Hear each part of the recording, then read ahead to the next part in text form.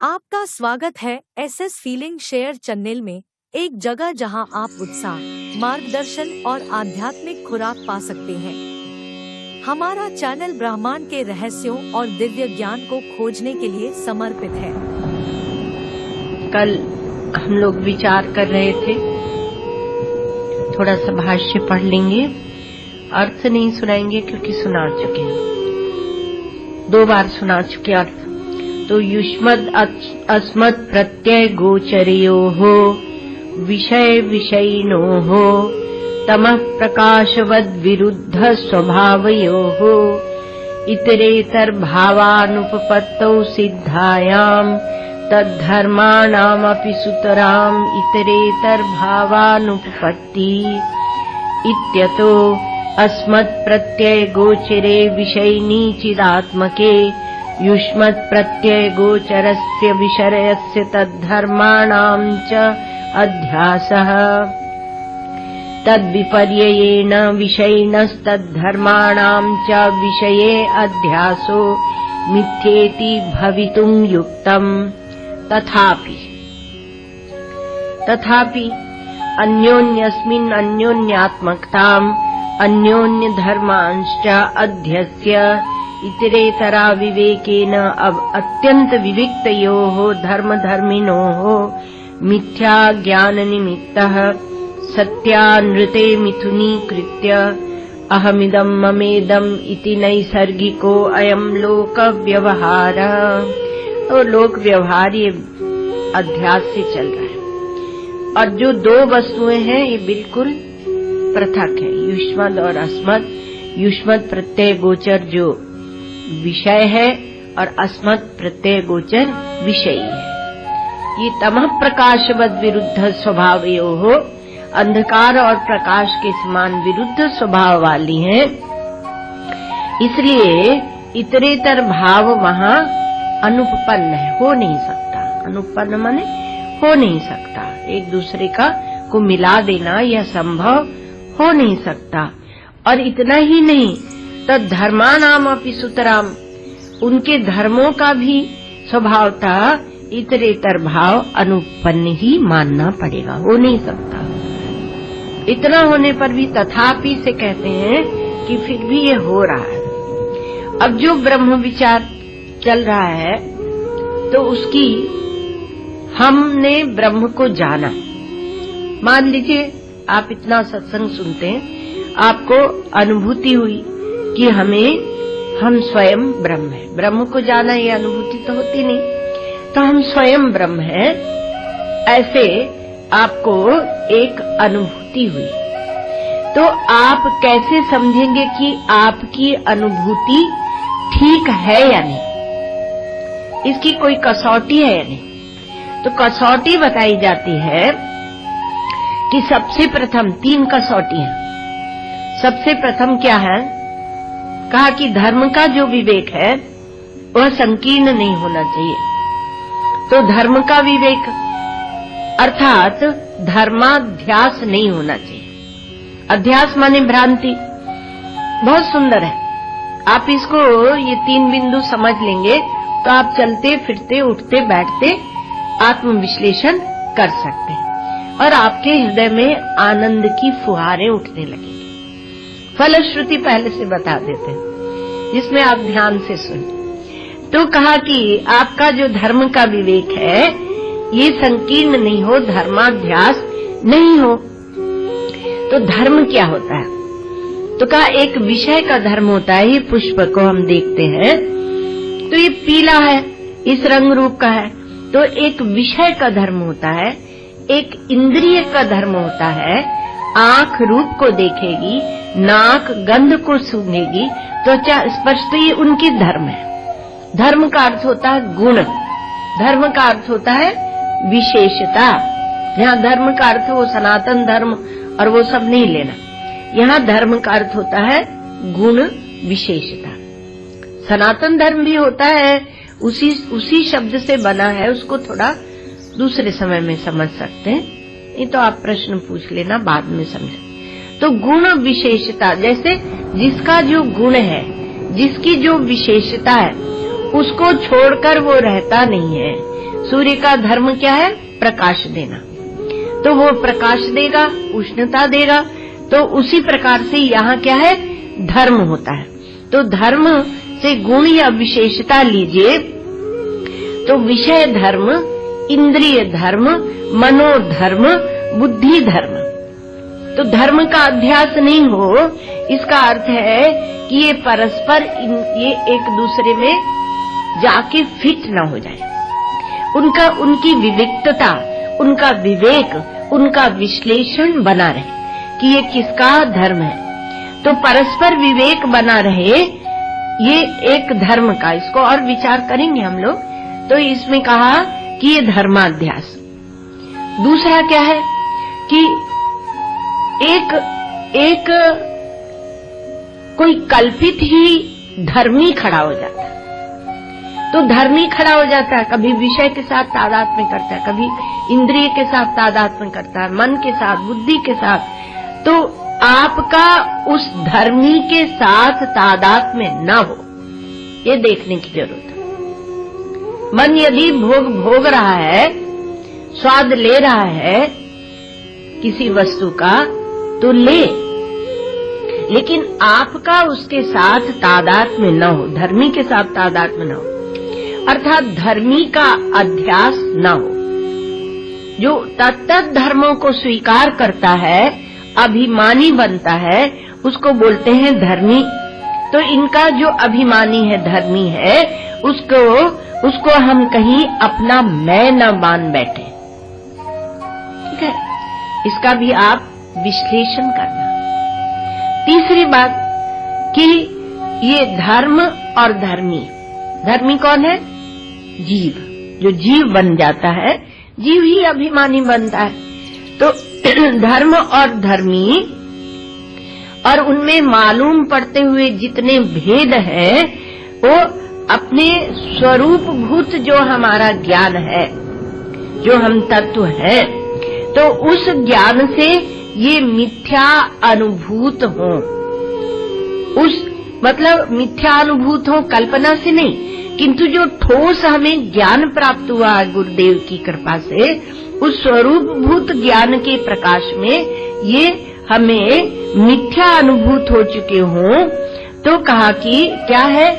तो कहा कि जो हम चेतन है, अधिष्ठान है, ब्रह्म है, उसमें ये धर्म और धर्मी ये मिथ्या है।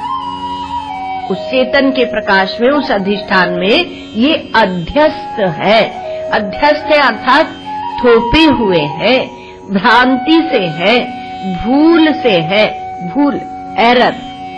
तो भूल से है ये, तो उनको हम उनके साथ में उनको मिथ्या समझ लें। तो ये जो ब्रह्म चैतन्य है, तो इसमें इनके सत्यत्व की भ्रांति नहीं होनी चाहिए। ये तीसरी बात है। यदि दो को आप समझ लेंगे और उनको परिवर्तनशील देख लेंगे, तो आप ये तीसरे को भी प्राप्त हो जाएंगे। तो इसमें क्या है कि अधिष्ठान चैतन्य में ये धर्म और धर्मी दोनों है नहीं, ये भ्रांति निवृत्त हो जाए, अर्थात ये दोनों बाधित हो जाए। ये तीन कसौटी है। ये तीन बातें यदि सिद्ध है, तो आप स्वयं ब्रह्म हैं। आपको कोई ब्रह्म होने से रोक नहीं सकता। सृष्टि में किसी की मजाल नहीं है। लोग जाते महात्माओं के पास और बोलते हैं तुमने ऐसे किया, तुमने वैसे किया। महात्मा मुस्कुराते हैं, क्योंकि जिसको वो बोल रहे हैं वह तो कोई और है। क्योंकि जो अभिमानी बनेगा वही तो फंसेगा, वही उसमें जाल में फंसेगा। इसलिए और ये ब्रह्म को जो है, तो तीन कसौटी आप कस के देखते रहना। तो ब्रह्म को हमने मान लिया, हाँ कहा कि हम समझ गए। गुरुदेव जब कहते हैं कि तुम ब्रह्म हो, तब हमें उस भाव को स्वीकार कर लेना है। लेकिन वह क्या होगा? वो मान्यता होगी, वो मानना होगा। और एक स्वयं विचार करके उनकी कृपा के अनुसार जो जानना है वह दूसरी बात होती है। तो एक होता है ब्रह्म को मानना और एक होता है जानना। तो कहा कि महाराज आप बोलते हैं कि जानना अधिक उत्तम है, उससे अपने स्वरूप का बोध हो जाता है, लेकिन हम तो जानते नहीं तो मानते रहते। तो मान बैठना कोई अपराध नहीं है, कोई पाप नहीं है, कोई गलती नहीं है। क्यों? क्योंकि वह सत्य के अनुरूप है, और सत्य के अनुरूप होने के कारण वह भी एक साधन है। जो हम अपने आप में एक भाव बना लें तो वह भी एक साधन होता है। तो इसलिए साधन की निंदा नहीं है, लेकिन परमात्मा साधन साध्य नहीं है। उसी को आप अहंग्रह उपासना आदि कहते हैं। तो परमात्मा साधन साध्य नहीं, वो तो सिद्ध वस्तु है। तो जो श्रद्धा है, विश्वास है, मान्यता है, वह पाप नहीं हुआ करती, वह तो जीवन में एक सद्गुण है। आप मान के भी चलते रहिए, कोई बात नहीं है, लेकिन जान लेंगे तो उत्तम है। श्री महाराज जी कहते हैं कि एक होता है सर्वात्म भाव और एक होता है सर्वात्म दृष्टि। तो विश्लेषण करके बताते थे कि उन महात्मा का सर्वात्म भाव है जो श्री उड़िया बाबा जी महाराज जी सिखाए थे महाराज जी, और उनकी सर्वात्म दृष्टि है। तो क्या है कि मानना और जानने का भेद है। तो प्रमाण से तो मानना किससे होगा? श्रद्धा से। साधन किससे होता है? श्रद्धा से। और इसलिए और जानना किससे होगा? प्रमाण से। जानना प्रमाण से। तो अपने ब्रह्मत्व को, अपरिच्छिन्नत्व को प्रमाण से जान लेना, ये दूसरी बात है। उसके लिए श्रवण मनन निधिध्यासन चाहिए। जब श्रवण, ठोस श्रवण नहीं है, मनन और निधिध्यासन नहीं है, तब ऐसे ही सीधे सीधे ध्यान करने लगे तो उसको बोलते हैं अहंग्रह उपासना। तो ये श्रवण दूसरी बात है। तो मानना विघ्न बाधा नहीं है, ध्यान रखना। अब जो यहाँ पर तीन कसौटी ली गई, धर्माध्यास, धर्मी का अध्यास और दोनों के मिथ्यात्व का, अपनी पूर्णता की, अपने अधिष्ठानत्व की दृष्टि से उनका दोनों का बाध, मिथ्यात्व का निश्चय, यह बाध। तो अब क्या होता है, आप दृष्टांत से समझेंगे उसको, आपको बहुत सरल हो जाएगा, स्पष्टता हो जाएगी। मान लीजिए एक प्रकार का भोजन किसी को अच्छा लगता है, किसी को तीखा, चरपरा, मिर्ची वाला भोजन अच्छा लगता है और दूसरे को नहीं अच्छा लगता। देखते, दूसरे को तीखा मिर्ची वाला खाए तो उसके पेट में जलन होती है, वो परेशान होता है, वो खाना ही नहीं चाहता, उसकी जिह्वा में वो स्वाद ही नहीं है। तो एक को जो मिर्ची वाले भोजन की प्रियता हो गई, प्रियता, उसको अच्छा लगता है, आश्रम में आता है तो बोलता है आप लोग ये ऐसा भोजन करते कैसे, इसमें लाल मिर्ची तो पड़ी नहीं है, तेल मसाला तो पड़ा नहीं है, थोड़ी सी हरी मिर्ची डाल दी है। तो आप ऐसा भोजन, हरी मिर्ची इसलिए बोल रहे हैं क्योंकि सब सोचेंगे कि आश्रम में जाके बिना मिर्ची खाए, तो भाई हरी मिर्ची, काली मिर्ची पड़ती है, लाल नहीं पड़ती। तो कहा कि तो किसका भोजन एक प्रकार का आपको रुचिकर लगता है, तो आपको तीखा भोजन अच्छा लगता है, तो कहा वो हमें अच्छा लगता है, हमारी उसमें प्रियता है। अब जो हमने धर्म का अध्यास और धर्मी का अध्यास इस पर विचार किया, तो आप देखिए कि प्रियता किसकी है, विषय की है। वो लाल मिर्ची की प्रियता है क्या? उसमें विषय में, इसलिए पहले ही धर्माध्यास में बताया था क्या, तो कहा कि इंद्रिय धर्म, विषय धर्म, मनोधर्म, बुद्धि धर्म, सबको पृथक कर करके ले जाओ, विश्लेषण करो सबका। तो प्रियता किसमें है, किसकी है? तो क्या विषय की प्रियता है? नहीं। तो उसी प्रकार से वो इंद्रिय की प्रियता है, किसकी प्रियता है? तो इसमें हमने प्रियता को क्या किया है कि उसका एक अभ्यास किया है। जिसने अभ्यास नहीं किया वो बिल्कुल नहीं खा सकते। तो यहाँ पर प्रियता का विवेक कीजिए।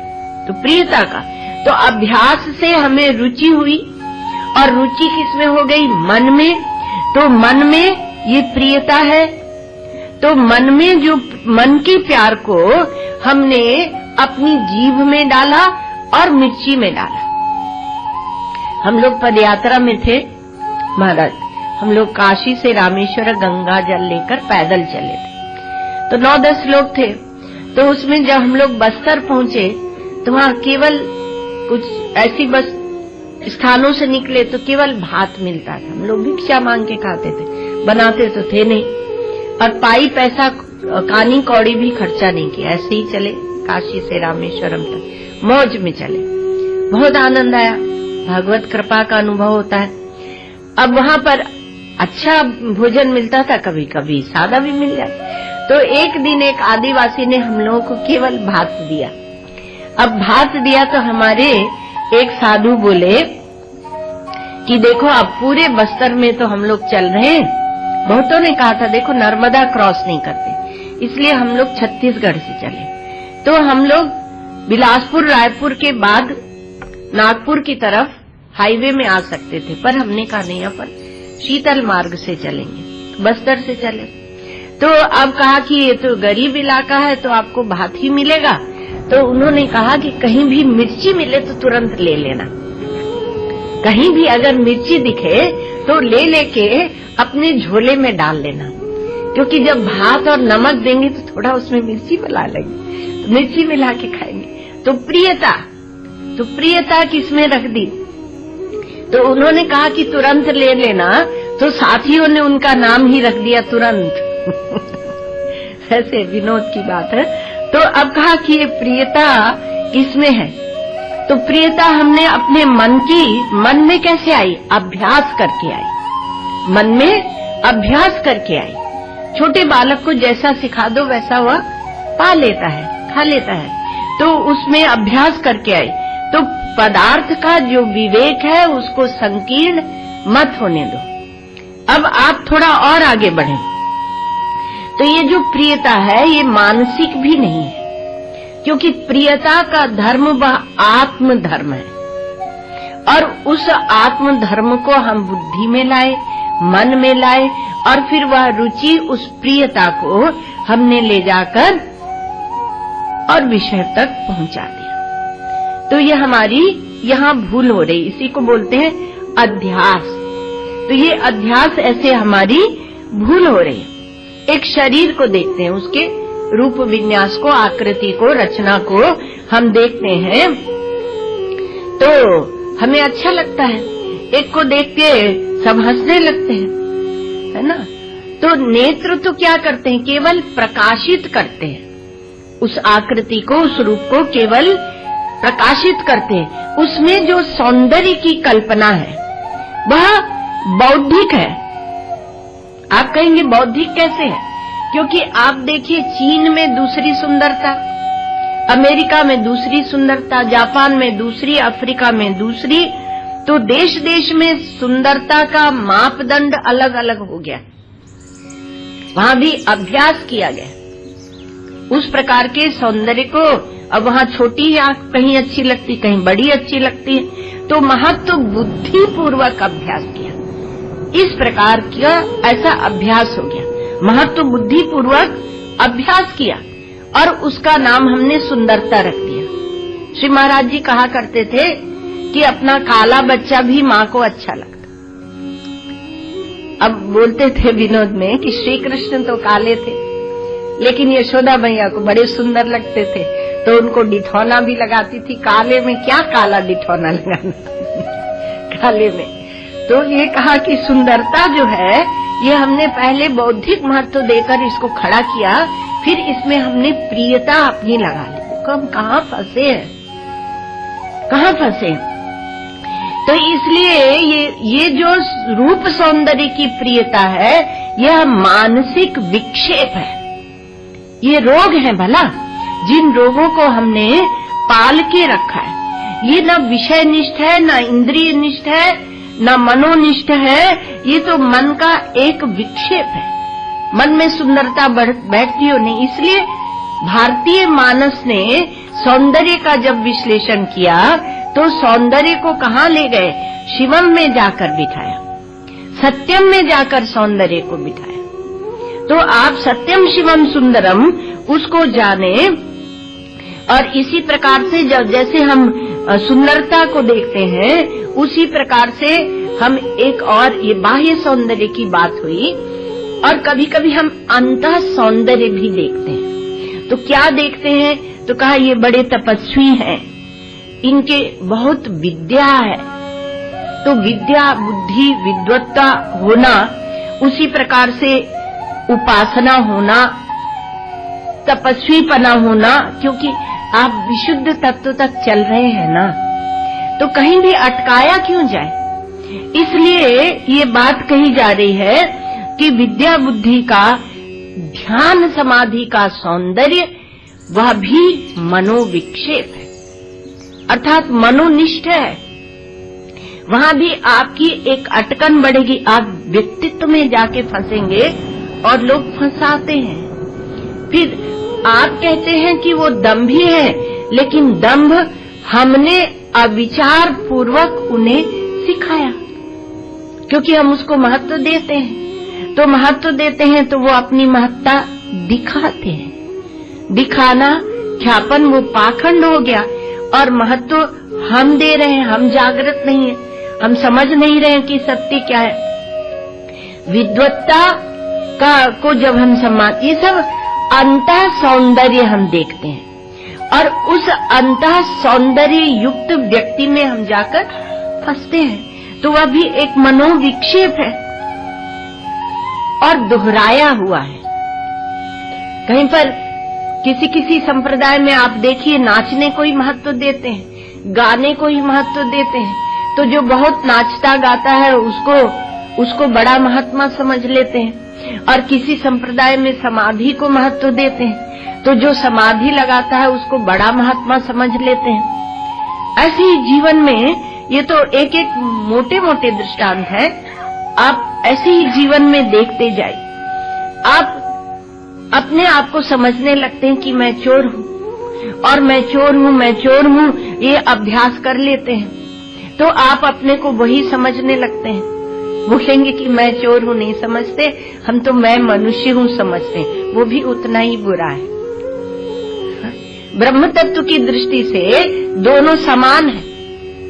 तो झूठ का ही अभ्यास किया जा रहा है। तो एक झूठ को आप 100 बार दोहराएंगे तो फिर वह आपके जीवन में बैठ जाता है। इसी प्रकार से ये जो शब्द होते हैं, तो शब्द क्या है? शब्द शब्द को जोड़कर और उससे संगीत बन जाता है। एक लय, एक स्वर में गाते हैं, फिर उसमें हम प्रियता का आरोप करते हैं। कोई कहता है हमें अंग्रेजी संगीत पसंद है, कोई कहता है भारतीय पसंद है, कोई कहते हैं भारतीय में भी हमें कर्नाटक संगीत पसंद है, कोई कहते हैं उत्तर भारत का पसंद है, कोई कहते हैं क्लासिकल पसंद है, कोई कहते हैं कि नहीं सामान्य सरल वाला पसंद है, हमें फिल्मी संगीत। तो अलग अलग प्रियता का आरोप कर देते हैं। यही धर्माध्यास है। तो शब्द जो होता है, शब्द जो वस्तुनिष्ठ, उसमें क्या है? उसका प्रकाश श्रवणेन्द्रिय निष्ठ है। वस्तुनिष्ठ शब्द है और श्रवणेन्द्रिय निष्ठ उसका प्रकाश है। और शब्द का जो समन्वित रूप हो जाता है उसको हम संगीत कहते हैं। वह क्या है? मनोनिष्ठ है। और उसमें एक विशेष प्रकार का संगीत, जब वो विशेषता हम उसमें स्थापित करते हैं तब उसको बोलते हैं बुद्धिनिष्ठ, क्योंकि महत्व बुद्धि उसमें हमने बनाई, उसको जोड़ा, तो वो विशेष प्रकार का बुद्धिनिष्ठ है। तो धर्माध्यास जो है वह हमारे जीवन में प्रथम कसौटी है। कि इसलिए यहाँ पर धर्म धर्मिनो हो जो बात कही गई है, भाष्यकार भगवान ने कही है, तो धर्म और धर्मी की बात कह रहे हैं। तो ये धर्माध्यास किसका? जिसका धर्म है उसको दे दो बाबा, अपने सिर पर मत ला दो। वस्तु का है, इंद्रिय का है, मन का है, बुद्धि का है, अभिमानी का है, धर्माभिमानी का है, उसका उसको दे दो। तो प्रियता का विवेक जो है उसको करते रहना चाहिए। क्योंकि प्रियता से ही हम फंसते, उसमें उलझते हैं। दूसरा क्या है, कहा धर्म, पहला क्या था कि धर्माध्यास उसका हमारा संकीर्ण न हो, अर्थात धर्म का विवेक बना रहे। दूसरा क्या है, तो धर्मी जितने हैं जो इन इंद्रिय मन बुद्धि आदि से जुड़कर बनते, उसको हम अपना मैं ना मान लें, तो धर्मी है। तो प्रत्येक धर्मी का विशेष गुण धर्म होता है। तपस्या की तो तपस्वी बनेंगे, कुछ बनना नहीं है।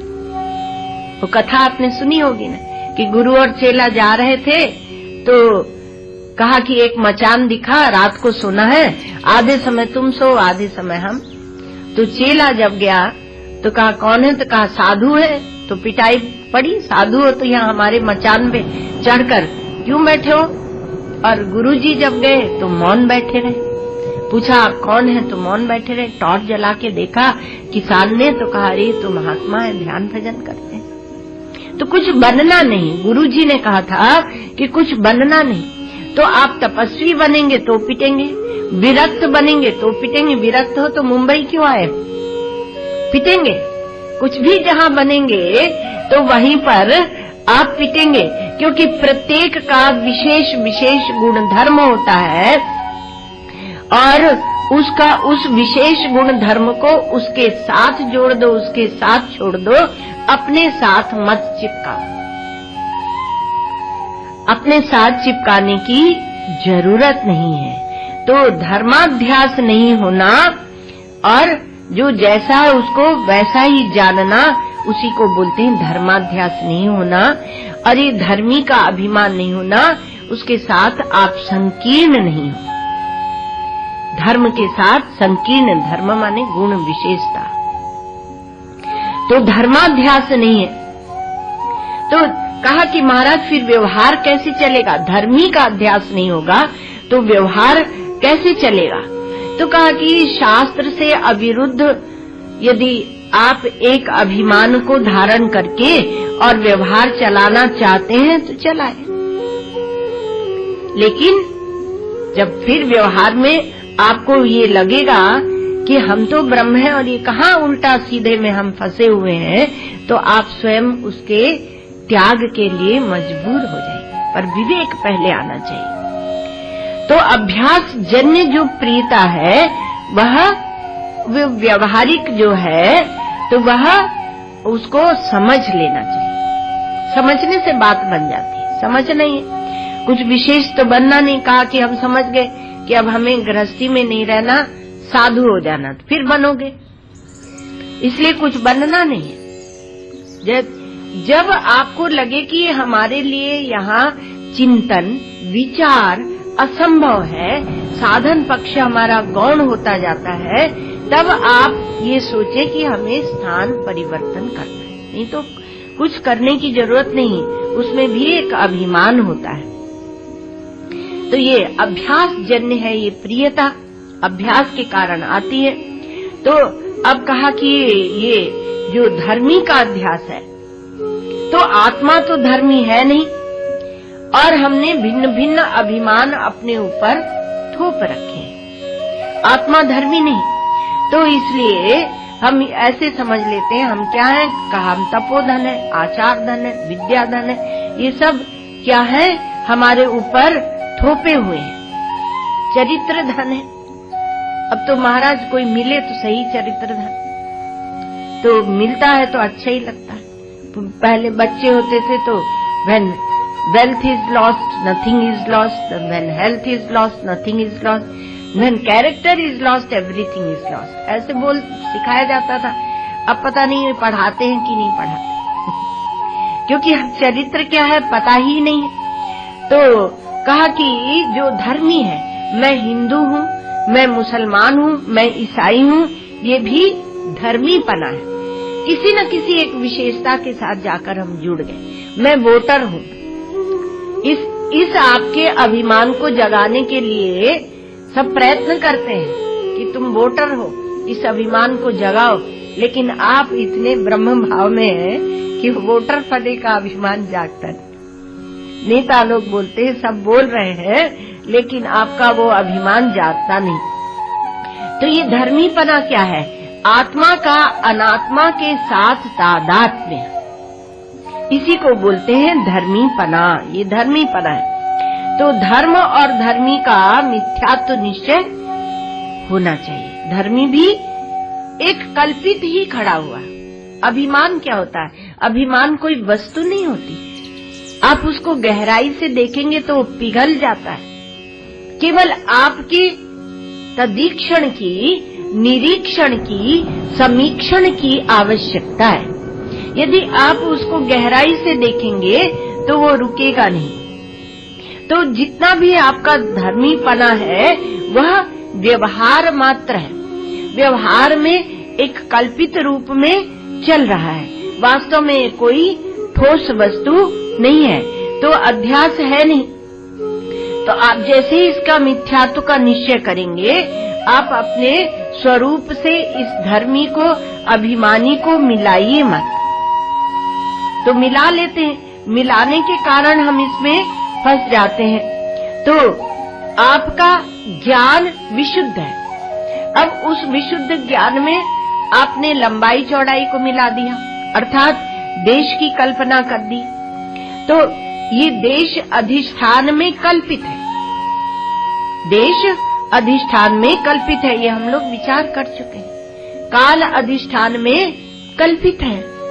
हम कहते हैं पहले हमारे सामने पुष्प रखा है, लेकिन क्या है? तो एक कहेगा कि हमारे पूर्व में है, एक कहेगा हमारे पश्चिम में है। तो ये सब भेद जो हमने बनाए हैं वो कल्पित है। तो ज्ञान में लंबाई चौड़ाई नहीं है, ये देश में है। अधिष्ठान में देश कल्पित है। तो देश का कल्पितत्व हमने धर्मी के ऊपर, धर्मी बना उससे, और उस धर्मी के साथ हम अपने मैं को डाल दिया और मैं मान बैठे। तो मैं 3.5 हाथ का हूँ, मैं इतने वजन वाला हूँ, मैं गोरा हूँ, मैं काला हूँ, ये सब हम मान बैठे। तो काल में यह नष्ट होने वाला है, रहने वाला नहीं।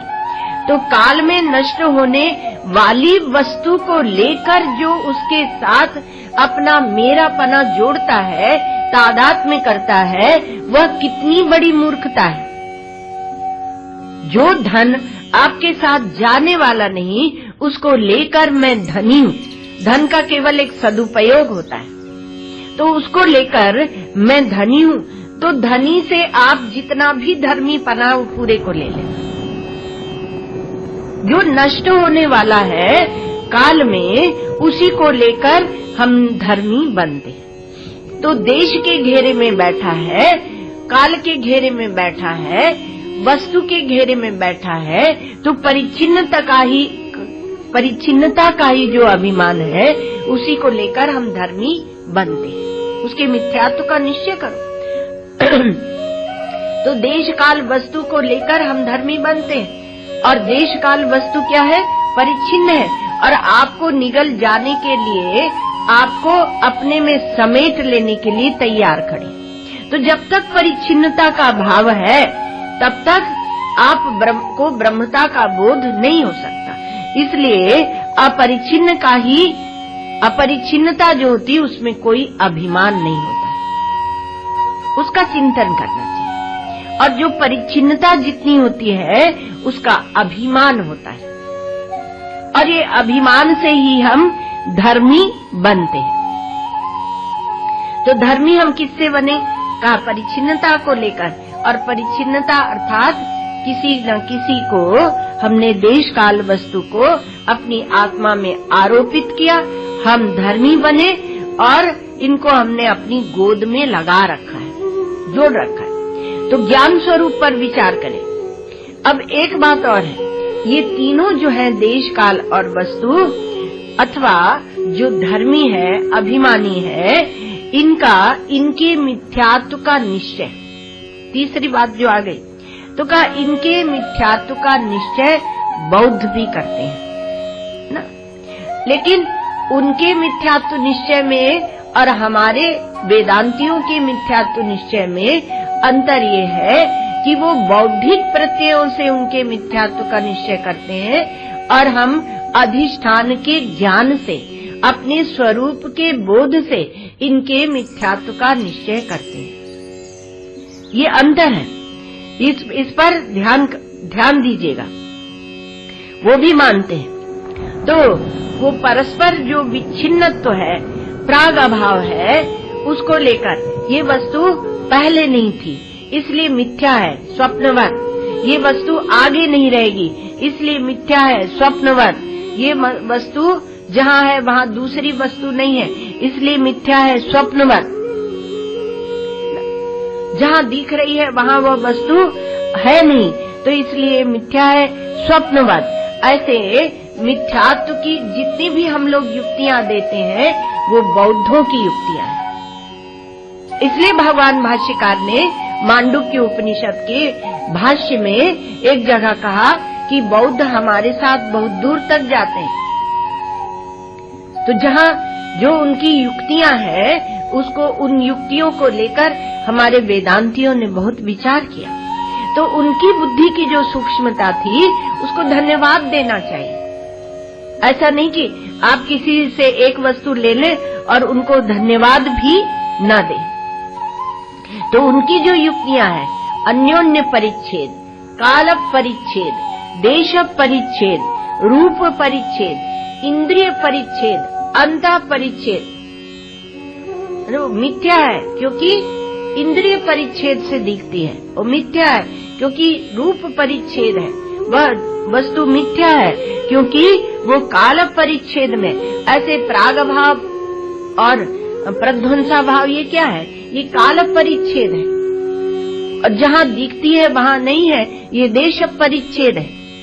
देश की दृष्टि से उसका अत्यंत अभाव है। तो इस प्रकार से वो तो कहा कि ये बौद्धों ने युक्तियाँ कहाँ से ली? तो देखो उपनिषदें तो पहले से थी। भगवान बुद्ध ने ही बृहदारण्यक उपनिषद का वर्णन किया है, ब्रह्मभूता अतितुला। और वेद पहले से नहीं होते तो नकारते कैसे से बौद्ध? तो उन्होंने तो हमारे यहाँ उपनिषदों में भी अपूर्वम, अनपरम, अनंतरम, अबाह्यम ऐसे कह के उस अपरिच्छिन्न तत्व का निरूपण किया है। उसको ही उन्होंने बौद्धिक युक्तियों से उसको बढ़ा दिया। तो वेदांती कहता है कि भले आप धर्म को असिद्ध कर दो, और भले देखो असिद्ध असिद्ध हम करते आए हैं, लेकिन उसके रहस्य को, तथ्य को समझना पड़ता है। आप भले धर्म को असिद्ध कर दो, और धर्मी जो उन धर्मों तत्त धर्मों के साथ जुड़कर जो धर्मी बनता है उस धर्मी को भी आप असिद्ध कर दो। किंतु जो असिद्ध करने वाला है उसको कैसे असिद्ध करोगे? वो चेतन की ओर दृष्टि ले जाता है। तो जो ज्ञान स्वरूप है, चेतन स्वरूप है, उसको आप असिद्ध कैसे करोगे? उसको असिद्ध नहीं किया जा सकता है, वह सिद्ध वस्तु है। उसको हम कहते हैं स्वतः सिद्ध। और प्रमाण से, वेदांत प्रमाण से हम उसको जानते हैं जो संपूर्ण असिद्धियों को सिद्ध करने वाला है। संपूर्ण सिद्धि और असिद्धि सब इसी से ही सिद्ध होती है। किसी भी वस्तु की सिद्धि और असिद्धि इसी से सिद्ध होती है। तो एक बात यह कही गई कि धर्म संकीर्ण नहीं हो। जैसे कि हम कर्म करते हैं, तो कर्म किससे करते हैं? का हाथ से करते हैं, और मन में संकल्प होता है, विविक्त करो, विश्लेषण करो। विवेक हमारे यहाँ प्रारंभ में आवश्यक है, क्योंकि उससे बुद्धि सूक्ष्म हो जाती है। और सूक्ष्म दृश्यते स्वगृह बुद्धया सूक्ष्मया सूक्ष्मदर्शी भी उपनिषदों ने कहा। तो आप जब विवेक करेंगे तो आप देखिए, तो कहा कि कर्म कौन करते हैं? हाथ। और कैसे करते हैं? कहा कि संकल्प होता है उसके पीछे, और उसके पीछे कर्ता होता है। तो कर्म होता है, कर्ता होता है, संकल्प होता है, और उसके तत्तद धर्म होते हैं। तो कहा कि हमने समझ लिया, इसलिए हम इससे उल्टा अब करते हैं। तो क्या कहा कि हम कर्ता नहीं है, हम अकर्ता है। अकर्ता कहा। तो अब आप अकर्ता के धर्म मान बैठेंगे। अब हम कुछ कर नहीं सकते क्योंकि हम अकर्ता हैं। जैसे तो कोई अकर्ता मानकर और फिर उसमें बैठ जाता है, अपने अकर्तापने में बैठ जाता है, तो वहाँ वो अकर्तापना जो देश काल और वस्तु को चिपकाए हुए अकर्तापना है, वह भी परिच्छिन्न ही माना जाएगा, उसको परिच्छिन्न ही मानेगा। तो देश काल और वस्तु से संबद्ध जो अकर्तापना है वह धर्मीपना ही है, वो धर्मीपना है। वह उससे अर्थात उसमें अभिमान रहेगा। अभिमान क्या रहेगा? मैं अकर्ता हूँ, मैं अभोक्ता हूँ, मैं अपरिच्छिन्न हूँ, मैं असंसारी हूँ। ऐसे एक अभिमान को भगवान श्री कृष्ण उसको भी नकारते हैं। गीता में आप देखेंगे तो उसको भी नकारते हैं। तो फिर कहा फिर ये ब्रह्मत्व क्या है? तो ये ब्रह्मत्व क्या है? तो कहा इसमें संपूर्ण अभिमानों का अत्यंताभाव है। तो संपूर्ण अभिमानों का अत्यंताभाव क्या वो ब्रह्मत्व है? आप लोगों को भाव अभाव की बात सुना चुके हैं। अब ध्यान रखना, बहुत जागृत रहना, बहुत सावधानी पूर्वक। तो कहा कि जो संपूर्ण अभिमानों का अत्यंता भाव है वह नहीं, किंतु संपूर्ण अभिमान का भाव और उनका अत्यंता भाव, उसका साक्षी, संपूर्ण अभिमानों के अत्यंता भाव का साक्षी, संपूर्ण अभिमानों के अत्यंता भाव का प्रकाशक और संपूर्ण अभिमानों के अत्यंता भाव का अधिष्ठान। पहले अत्यंता भाव को आने दो, और अत्यंत अर्थात निसंकल्प तो हो, और फिर उसका जो साक्षी अधिष्ठान है वहां तक पहुंचेंगे। तो अभिमान संपूर्ण इसका साक्षी, तो अभिमान बढ़ते हैं, देशाभिमान, कालाभिमान, द्रव्याभिमान, अभिमान, कई प्रकार के अभिमान बनते हैं। ये तो बड़े बड़े बता दिए आपको, देशाभिमान आदि तो बड़े बड़े बता दिए। लेकिन अभिमान सामान्य, सामान्य का अर्थ होता है जाति, अर्थात किस्म, मनुष्य जाति। तो इसमें किस्म किस्म के variety of beings, human beings, तो कई प्रकार के मनुष्य हो जाते हैं। तो अभिमान सामान्य माने अनेक प्रकार के किस्म किस्म के अभिमान, अभिमान सामान्य उनकी जो जाति है। तो निखिल जो अभिमंतव्य है, जिसका हम अभिमान करते हैं, और निखिल अभिमान और निखिल अभिमानी, अभिमंतव्य तो विषय हो गया, और अभिमान और अभिमानी से ले लीजिए अभिमानित्व। तो निखिल अभिमंतव्य, निखिल अभिमान और निखिल अभिमानित्व, इनसे विनिर्मुक्त जो है वह इनके अत्यंता भाव का साक्षी, इनके अत्यंता भाव का प्रकाशक, इनके अत्यंता भाव का अधिष्ठान है। ऐसा जो तत्व है, ऐसा जो ब्रह्म तत्व है, वह परिच्छेद सामान्य के अभाव से उपलक्षित होता है। उपलक्षित होता है अर्थात उसका विचार किया जाता है।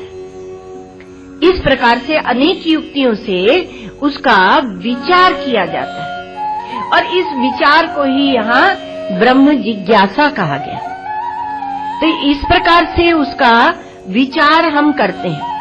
तो क्यों ये अभिमान तक लिया, धर्मी कह के अभिमान लिया। इनको जब आप अपने से पृथक देखेंगे तभी इनके मिथ्यात्व का निश्चय होगा, नहीं तो मिथ्यात्व का निश्चय कैसे होगा। तो इनका जो अभिमान को क्यों लिया? क्योंकि अभिमान ही बाधक होता है। अभिमान अर्थात हम एक परिच्छिन्न भाव में बैठ गए और अपनी अपरिच्छिन्नता को भूल गए। तो जब हम ब्रह्म विचार करते हैं तो यह परिच्छिन्न भाव यह शिथिल होता है, इस पर चोट पड़ती है, ये समाप्त होता है। डरना नहीं चाहिए। जितनी आप चोट खाएंगे उतना आप अपनी अनंतता को जानेंगे। कल अनंतता की बात सुनाई थी, ध्यान रखना, अनंतता की बात अद्भुत सुनाई थी। सत्यम ज्ञानम से अद्भुत अनंतता। तो कहा कि ये ब्रह्मता में ये जो क्योंकि ब्रह्म विचार करना चाहिए, क्योंकि ब्रह्मता में ये जो अभिमान आ गया। भगवान को क्या बोलते हैं? सर्व गर्वापहारी, सबके अभिमान को खाते रहते हैं और अभी तक उनका पेट नहीं भरा। सबके अभिमान को खाते खाते अभी तक उनका पेट नहीं भरा है। तो कहा कि ये जितना आप ये पढ़ते हैं, ये वेदांतों का विचार करते हैं, तो उसका निचोड़ नित्यायतन मृत्यु मुखात प्रमुच्यते। श्रुतियों ने कहा कि नित्याय अर्थात निचोड़ करके, इसका जो निचोड़ है उससे आप मृत्यु के मुख से बच जाएंगे, उससे छूट जाएंगे। तो इसका ये संपूर्ण, इसका अर्थ क्या है? मंत्र में जब ऐसे कह रहे हैं कि संपूर्ण जो दृश्य है उसको निचोड़ लो। निचोड़ करके क्या होगा? तो कहा माया पृथक हो जाएगी और ब्रह्म पृथक हो जाएगा। दृश्य में ही छुपे हैं दोनों, माया और ब्रह्म दोनों दृश्य में छुपे हैं। तो ब्रह्म को निकाल लो। जैसे एक गीला वस्त्र होता है, उसको निचोड़ते हैं तो पानी निकल जाता है और वस्त्र ज्यों का त्यों। तो प्रयोजन क्या है? कहा मृत्यु मुखात प्रमुच्यते। ब्रह्म विचार का प्रयोजन क्या है? तो कहा मृत्यु मुखात प्रमुच्यते, अर्थात मृत्यु के मुख से हम छूट जाते हैं। प्रमुच्यते भली प्रकार से प्रकृष्ट रूप से मृत्यु के मुख से हम छूट जाते हैं। मृत्यु अर्थात दुख। तो दुख का अर्थ क्या होता है? दुख क्यों कर है? नासमझी से, अज्ञान जो लगा हुआ है, हम समझते नहीं है। क्योंकि कहा दुख से तो हम नशा करके भी छूट जाते हैं। तो नशा करके आप दुख से छूट जाते हैं, लेकिन वहाँ अज्ञान से आपकी दुश्मनी नहीं है।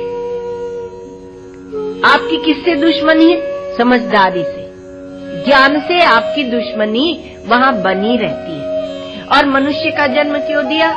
जिसमें आप विचार कर सकें, जिसमें आप ज्ञान अपने जीवन में, आपका ज्ञान माने चेतन, आपका ज्ञान, आपकी जब बुद्धि बढ़ती है, आपका ज्ञान बढ़ता है, विचार बढ़ता है, तो आप अपने इस चेतन के सन्निकट होते हैं। इसलिए हम लोग कोई भी विद्या पढ़ो भाई, लेकिन बुद्धि तो परिष्कृत हो।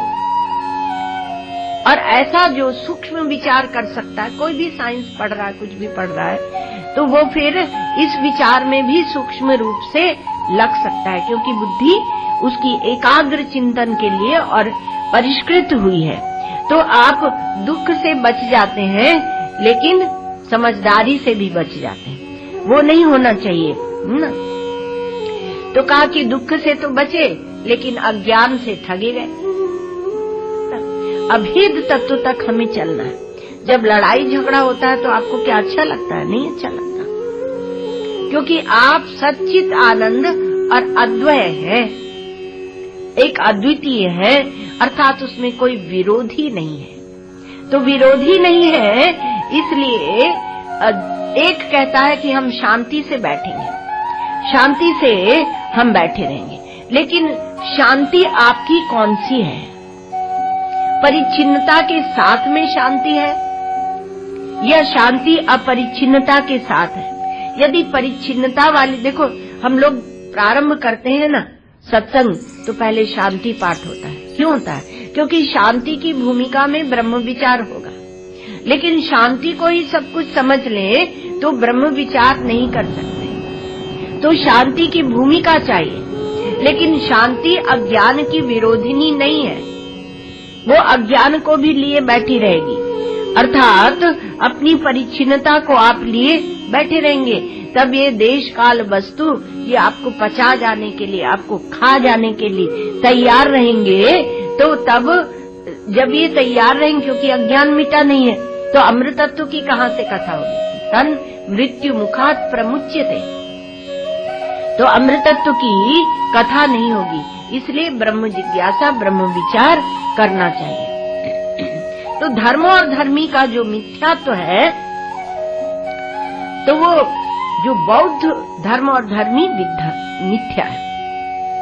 तो उसमें जो बौद्ध मिथ्यात्व है वो हम लोगों ने देखा कि वह परस्पर विच्छिन्नत्व, प्राग अभाव आदि से दिखाते हैं और हमारा अधिष्ठान ज्ञानत्वेन दिखाते हैं, क्योंकि प्रकाशक अधिष्ठान में धर्मपना का और धर्मीपने का अभाव है। जो भी पदार्थ दिखते हैं वो अपना धर्म लिए हुए दिखते हैं, लेकिन हमारे अपने आत्म स्वरूप में उनका कोई अस्तित्व नहीं। अर्थात केवल जब एक अद्वितीय अभेद आत्म स्वरूप है तो ये देश काल वस्तु भी स्फुरना मात्र है, स्फुरित होते हैं और जाते हैं, स्फुरना मात्र है। इनसे हमारा कोई संबंध नहीं है, इनका अभाव है। तो ये जो दोनों है, धर्मपना और धर्मीपना, ये और इनका भेद ये मिथ्या है। तो कर्तृत्व, भोक्तृत्व, संसारित्व, ये सब जो अभिमान है, जैसे वैसे ही अकर्तृत्व, अभोक्तृत्व आदि अभिमान भी है, तो ये केवल उनके निवर्तक होते हैं। इसलिए ये कहा कि जो निवर्तक होता है उसमें भी निवृत्ति भाव बना रहता है, निवर्तक तो बना रहता है, उसमें वो भाव बना रहता है। और सच्चित आनंद, दूसरी बात थोड़ी कह रहे हैं, ध्यान से सुन लीजिएगा, थोड़ा टाइम 1 ही मिनट है अपने पास। तो कहा कि ये सच्चित आनंद और जो अद्वैय तत्व है यह नित्य शुद्ध बुद्ध मुक्त है, और इसको काटने के लिए जो परिच्छिन्नत्व आती है, इसको काटने के लिए हम ये लाए अपरिच्छिन्नत्व आदि। और शांति से यदि हम चुप बैठेंगे, ब्रह्म विचार नहीं करेंगे, तो ये ब्रह्म विचार की भूमि है। तो कहा कि अज्ञान का नाश शांति से नहीं होगा। तो ब्रह्मात्मैक्य का, आत्मा और ब्रह्म की एकता का विचार होना चाहिए, विचार यह होना चाहिए। और ये हम भी जानते हैं कि वहाँ वाणी की पहुँच नहीं है, तो वाचो निवर्तन्ते अप्राप्य मनसा सा, वाणी की वहाँ पहुँच नहीं है ना, तो वहाँ से वाणी लौट आती है। तो कुछ नाम हम उसका ब्रह्म नहीं रख रहे, सच्चित आनंद, और जब अद्वय कह रहे हैं तो उसके द्वारा भी उसको लखाया जा रहा है। वास्तव में उसका नाम सच्चिदानंद भी नहीं है। असत से हटाने के लिए सत, अचित से हटाने के लिए, जड़ से हटाने के लिए चित, और दुख से हटाने के लिए आनंद, ये कहा गया। तो जिस प्रकार से हम अकर्तृत्व, अभोक्तृत्व इत्यादि का निषेध उसका भी कर देते हैं कि अकर्ता भी नहीं है, वह कर्ता नहीं है। प्रश्न उठेगा ना, कर्ता नहीं है तो फिर कर्ता कौन? और ब्रह्म अद्वितीय है, उसके सिवाय कुछ है नहीं। तो इसी प्रकार से उसका नाम आप ब्रह्म रखें ना रखें, इससे कोई परिजीर्षा, कोई बचावट नहीं है, कोई हम उससे घबराते नहीं है। लेकिन उसका स्वयं प्रकाशकत्व, उसका सर्वाधिष्ठानत्व, उसका सर्वाभासकत्व और अद्वैत, अर्थात वो प्रत्येक आत्मा से अभिन्न है, आपकी अपनी आत्मा से अभिन्न है। ये लक्षण बनाकर हम लोग विचार करते हैं, ये लक्षण बनाकर तब हम लोग विचार करते हैं। आगे करना। ओम